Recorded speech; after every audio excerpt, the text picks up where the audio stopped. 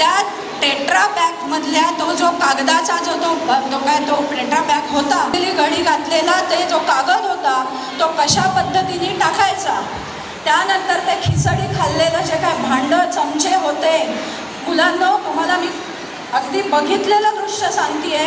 भांडी साफ केली, काही मुलांनी ती भांडी पुसली, काही मुलांनी ती भांडी जागेला लावली.